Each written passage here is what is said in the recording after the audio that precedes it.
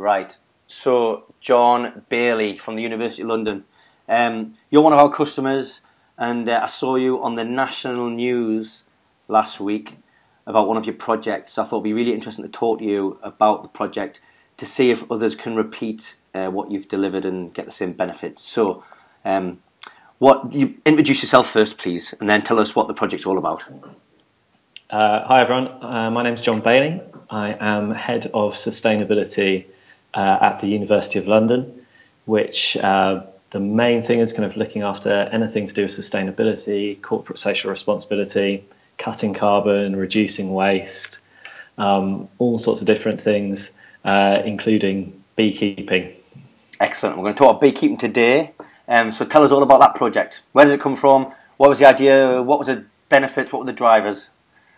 So the idea kind of came when I was working at the University of Greenwich before, where quite a lot of green space, and we were approached by a local beekeeper, and they were interested if they could put some hives on our campus. And so we said yes to that. We got them to put some hives on campus, and we put out a news story on like the all-staff email saying we've got bees on campus, had a few interesting facts about how bees go about pollinating the area and all sorts of different things like that. And we had this amazing response from the email. I think we had something like in the region of like 80 to 90 email responses, which that was from a staff body, I guess, of around about 2,000. So it was a pretty good response. And to be honest, when we'd done other sustainability communications, we'd have like maybe 5 to 10 responses saying, oh, this is a lovely idea. Oh, it's great to see someone tackling carbon or dealing with waste. But the bee thing, just everyone seemed to absolutely love it. And so it's kind of like at that point that I realized that honeybees and kind of wildlife in general is a really good way of engaging with people on sustainability. Mm-hmm. Something that everyone understands. People are fascinated by bees. They live in these kind of very bizarre societies, like matriarchal society, which is probably more akin to Tudor England than anything that we're used to today.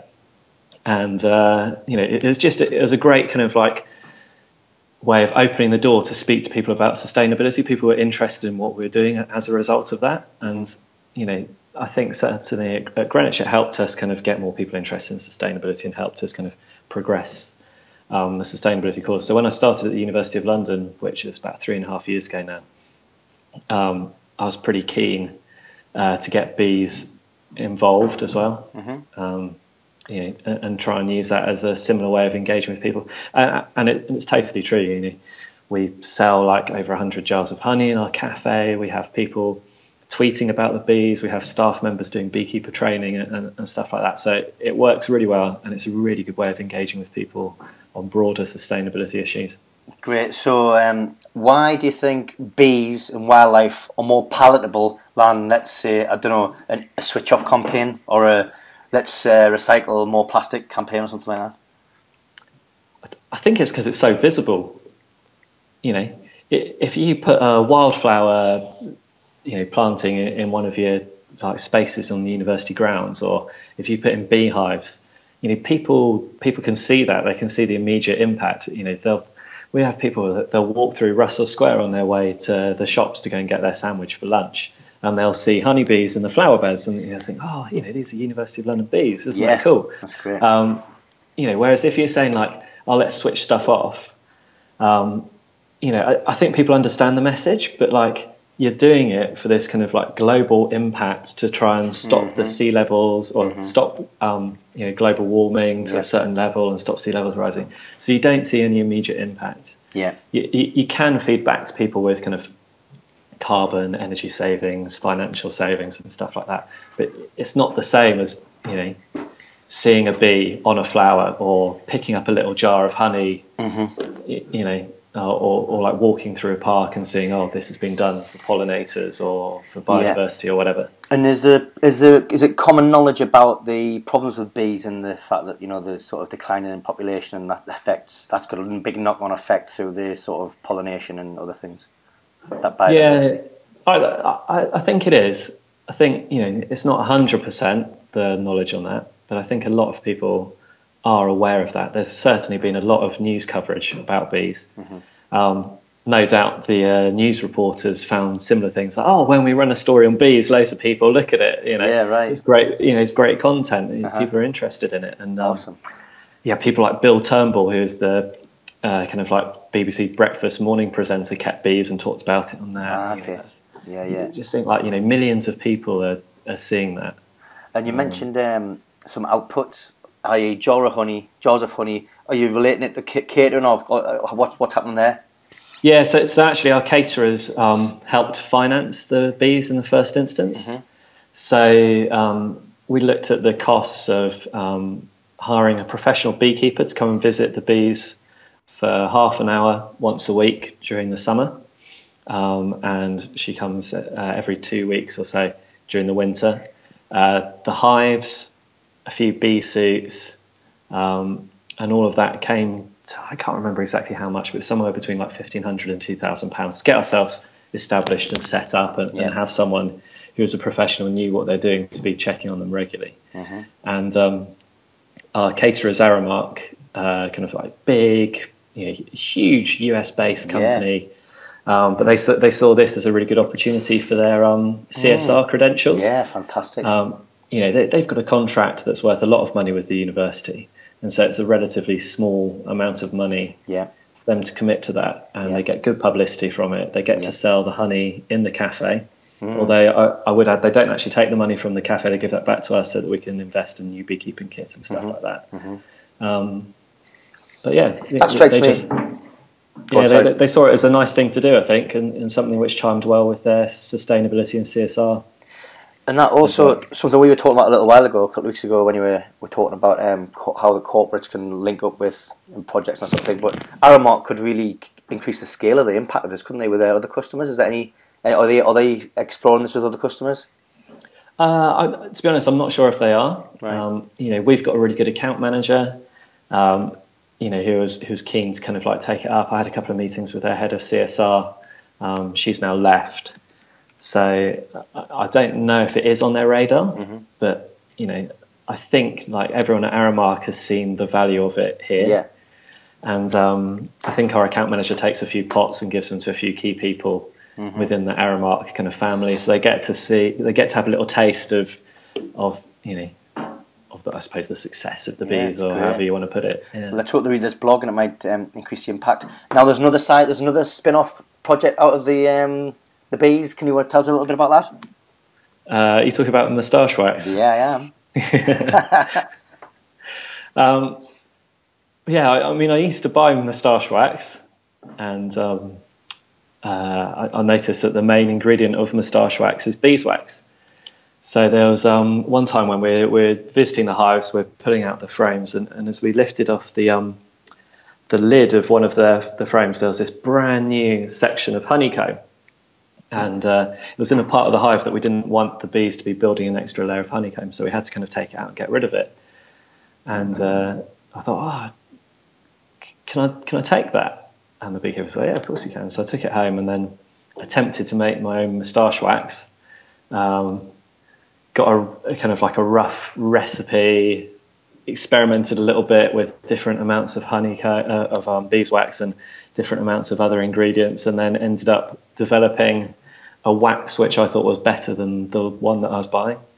Made it for myself. Yeah. Sold that in the university cafe. I think we sold about 3 pots of that, whereas the honey sold out. In a couple of days. But yeah, you can still get hold of the moustache wax in case there are any people out there who are thinking of going for like a late Victorian or Edwardian look with their facial hair. Awesome. Okay, nuts and bolts. How would anybody else repeat this sort of project? What advice would you give?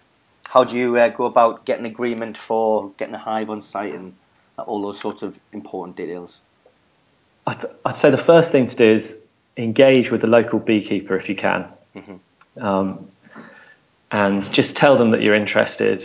Ask them to come and have a look at some different sites within your campus or within your organisation. So we had about 3 or 4 rooftop sites that we thought about for our bees, and the beekeeper came around and looked at 2 or 3 of them. And she was dead keen on the one which we use now. She's like, oh, this is a fantastic site. It's south facing. It's sheltered from the wind. It overlooks Russell Square, so they've got kind of forage immediately in front of them. And so we got that sorted.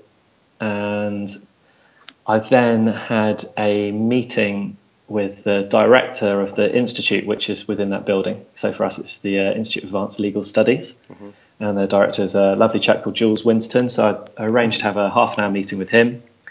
Told him about my idea, got him excited about the prospect of having bees. So got his backing for it. So I now got the beekeeper on board. I've got the director of that building on board. I then drew up some kind of like health and safety risk assessments, and I placed all the emphasis on the fact that the major risk was working at height. Mm-hmm. So it's on top of a roof, 7 stories up, and put all of the risk kind of on that. Talked about the risk with stings and bees getting into buildings, but only minorly, because it's not really a big risk. There's other hives in the area. Bees will travel up to 3 miles for forage. So there's no way that, like, if a bee did sting someone on campus, it could be identified as one of our bees. It could easily be a bee belonging to SOAS or to one of the local hotels or to the Quakers who have bees up the road. Right. It could be from any of those. And I can attest that I came to visit the bees in February last year, and John said to me, "Oh, look, you don't need to wear anything protective because they're really docile in February. They're really cold." And as soon as he lifted the lid off, the bee flew out. Just one solitary bee. It flew straight for me and stung me on the cheek, and it didn't really hurt. It was a shock, but it was like, it was kind of like, it almost like was like a nettle sting, a little bit more intense than a nettle sting. So even the sting isn't that bad. Obviously, I don't get anaphylactic shock, but it's not a major thing if it did happen anyway. Yeah, I suppose I was quite lucky in the fact that you're the only person who's been stung. I've been stung by them a couple of times, but when you are poking around inside their house and stealing their honey and stuff like that, you're more likely, I think, to get stung if you're doing that regularly. But if you're just like walking through Russell Square, or if you're using one of our libraries, the chance of you getting stung are next to zero, I'd have thought. Was this quite an issue when you were looking for the government agreement to look, or it sounds like, I don't know. To be honest, it wasn't really for me, but I'd been given a tip off from one of my colleagues that a previous member of staff had tried to get bees, and they tried to put them, or they were hoping to put them on the roof, which would be accessed through the library. And basically the director at the time of the library wasn't happy with that. So I avoided that site, and that's kind of like part of getting Jules on board, the director of the legal studies building, and getting his approval first. Because, if you've got the kind of like, if you manage to get the senior manager of that building or of that institute on board right away, then it's just going to smooth the whole process. So when it was discussed at a committee meeting, the risk assessments had already been done, the funding had already been arranged, we had the director on board, so it's all pretty easy. And to be honest, actually, a project which is going to cost you £2,000 doesn't really have to go through a really strenuous project approval process. So I kept it away from some of the senior kind of approval processes, because I just didn't think it was really necessary. It doesn't have particular strategic importance to the university. It's not high cost, it's not high risk, blah blah blah blah. So I just took it through the usual kind of like low value approval process for that. Made sure I spoke to everyone who was going to get a chance to look at it and maybe have a say in whether it gets approved or not. Spoke to them beforehand, but to be honest, I wasn't really worried about it, and I think with bees, probably the easiest thing is to say, it's much easier to ask for forgiveness than it is to ask for permission. I think if you go through that like really long, boring approval process trying to get permission from 100 different people, you're bound to find a couple of people along the way who are going to be against it. Whereas if you choose like you think actually it's not a massive project, let's just do it. Let's get the 1 or 2 people that do have a say in it on board. and then you're away. And then by the time the kind of like big group finds out about it, it's already established. The bee's already doing really well. You've already had some positive media about it, and at that point, you'd be mad to be against it because you can see the project's up and running and it's working. This sounds like a method you've used before for other things, just by the way you're talking about it. I always think, with these projects, you've got to just be sensible. Think of what the kind of like path of least resistance is for yourself. Obviously, if you try and do stuff which is going to cost the university millions of pounds, and you don't take it through the proper approval process, then you're going to get stung at some point. There's going to be a blocker. But if what you're doing isn't going to be that particularly costly, isn't going to be particularly risky, then just get on and do it. And get support from 2 or 3 stakeholders who are main players, rather than taking it really wide to start with. Yeah, there's nothing worse than like going into a meeting totally cold with a project that nobody knows anything about. Yeah. They haven't had a chance to think things through, and then they've got to make a decision like bang, like that in the meeting. Do I think this is a good idea or not? Yeah. You just make sure you've got the right people on board and focus your energy there. Yeah. That's a good tip. That's a good take-home tip. You mentioned the safety docs. Can we share those, or would they be sort of confidential?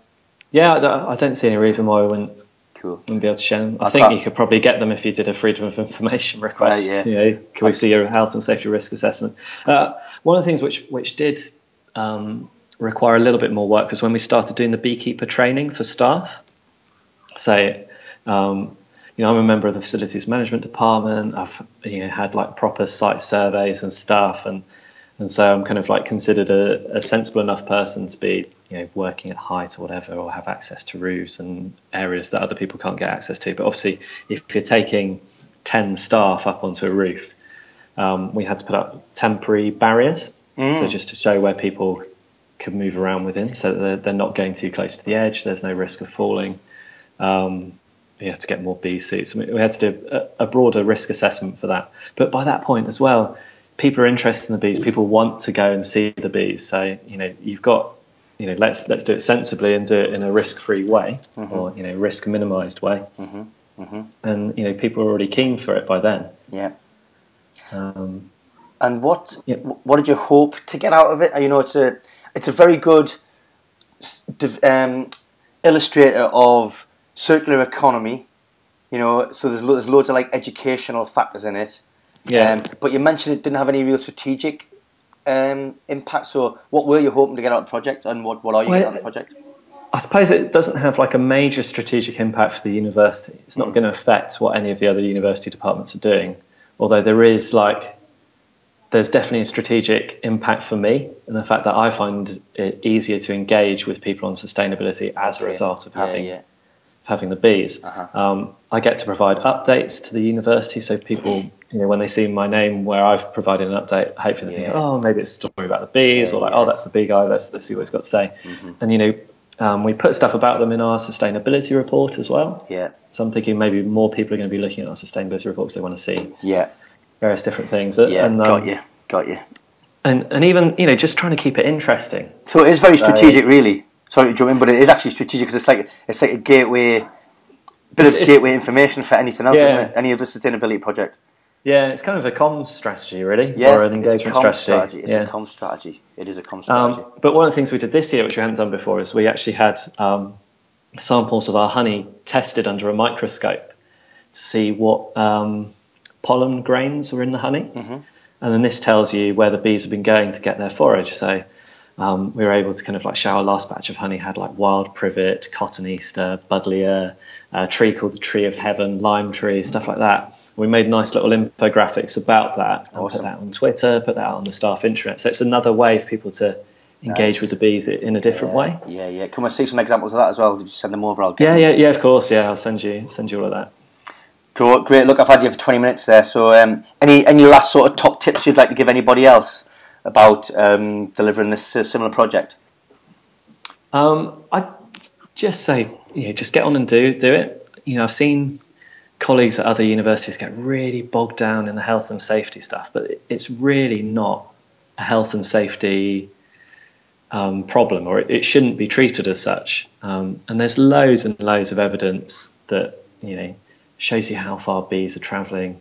There's just like, I don't know. I just think like the whole health and safety thing gets totally overblown. And if you do have to go to a health and safety committee with it, make sure your risk assessment is really tight, and make sure you speak to whoever the chair is of the committee, any like of the people who you know are going to be opinionated or have something to say. Speak to them beforehand, get them on board. Yeah. Go and take them to another university's hives and get them to see what it looks like and see how safe it is. And I think if you've already got to that point, then that's going to be a struggle. If you're thinking like, oh, I haven't even thought of that, I want to get going, I'd say try and avoid getting involved in any kind of sort of committee approval process with that. Just look at the kind of smoothest way you can get it in. Work out what the kind of like who the key people are that you do need to get approval from, and just keep it simple. Great, good stuff. Get it set up. Nice one, Just John. do it. Awesome. Thank you very much.